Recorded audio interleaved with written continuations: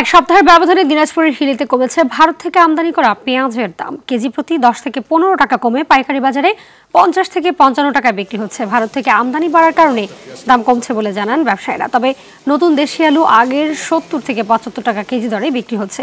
হিলি কাস্টমসের তথ্য মতে শনিবার ভারতীয় 22টি ট্রাকে 640 মেট্রিক টন পেঁয়াজ আমদানি হয়েছে এই স্থলবন্দর দিয়ে।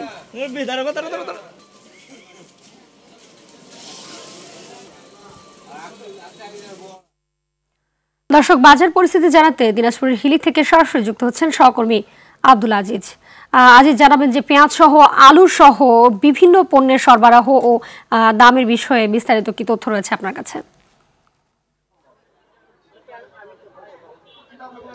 জি হাবিবা, আপনি যেমনটি বলছেন, আমি এখন দাঁড়িয়ে আছি হিলি স্থলবন্দরের খুচরা বাজারে। আমি এখানে কিন্তু বিশেষ করে সবজির বাজারটি এটি কিন্তু দেখেছি কিছুক্ষণ আগেও। এখানে কিন্তু প্রচুর পরিমাণ সবজি রয়েছে, সেই সঙ্গে কিন্তু সবজির দাম অনেকটাই কমে গেছে। আপনাকে জানিয়ে রাখি যে আমরা যেমনটি দেখেছি যে কিছুদিন আগে কিন্তু পেঁয়াজের দাম কিন্তু অনেকটা বৃদ্ধি পেয়েছিল, 100 থেকে 120 টাকা পর্যন্ত কিন্তু পেঁয়াজ বিক্রি হয়েছিল। সেই সঙ্গে আলুর দামটাই কিন্তু অনেকটাই ঊর্ধ্বগতি ছিল। তবে ভারত থেকে আলু আমদানি বন্ধ থাকার কারণে কিন্তু এখন পর্যন্ত হিলির যে খুচরা বাজার রয়েছে সেখানে কিন্তু কোনো প্রকার ভারতীয় আলু আমার চোখে পড়েনি। তবে ভারতীয় পেঁয়াজ সেটি কিন্তু পর্যাপ্ত পরিমাণ রয়েছে। গতকালকেও দেখেছিলাম আমরা 22 ট্রাকে প্রায় 640 মেট্রিক টন পেঁয়াজ ভারত থেকে আমদানি হয়েছিল এবং ইতিমধ্যে কিন্তু দাম অনেকটাই কমে গেছে। আপনাকে যদি এক সপ্তাহের ব্যবধানের কথা যদি একটু জানিয়ে রাখি যে হিলি স্থলবন্দরের যে খুচরা বাজার রয়েছে সেখানে কিন্তু আপনার পেঁয়াজ এখন বিক্রি হচ্ছে 50 থেকে 55 টাকা কেজি ধরে, যা গত সপ্তাহে বিক্রি হয়েছিল 65 থেকে 70 টাকা। তবে দাম অনেকটাই কমে গেছে। দাম কমার কারণটি হচ্ছে যে ভারত থেকে প্রচুর পরিমাণ পেঁয়াজ আমদানি হচ্ছে, যার জন্য দাম কমেছে, এমনটা বলছেন ব্যবসায়ীরা। তবে আমি ব্যবসায়ীদের সঙ্গে কথা বলেছি, তারা যেমনটি বলেছে যে আসলে যেহেতু পেঁয়াজের দাম নিয়েই দেশের বাজারে অনেকটা অস্থিতিশীল সৃষ্টি হয়, যার জন্য কিন্তু তারা প্রচুর পরিমাণ এলসি করেছে।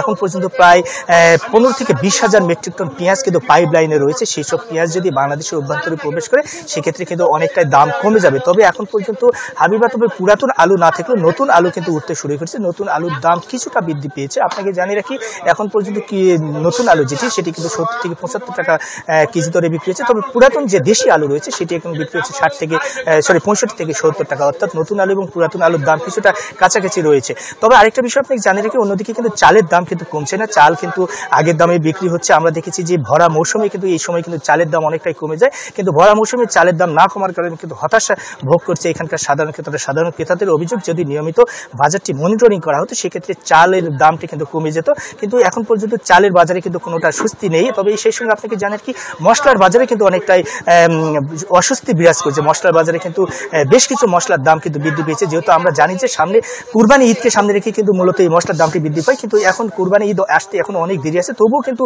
এই দামটি কিন্তু অনেকটাই বৃদ্ধি পেয়েছে। তবে কাঁচামরিচের দাম কিন্তু অনেকটাই কমে গেছে। আমি কিছুক্ষণ আগে খোঁজ নিয়ে দেখলাম এখানে কাঁচামরিচ মাত্র 30 থেকে 35 টাকা কেজি দরে বিক্রি হচ্ছে, যা গত সপ্তাহে আমরা দেখেছিলাম 70 থেকে 80-90 টাকা পর্যন্ত বিক্রি হয়েছিল। তবে বাজার পরিস্থিতি কিছুটা সবজির বাজারে স্বস্তি থাকলেও অন্যান্য বাজারে কিন্তু অস্বস্তি বিরাজ করছে।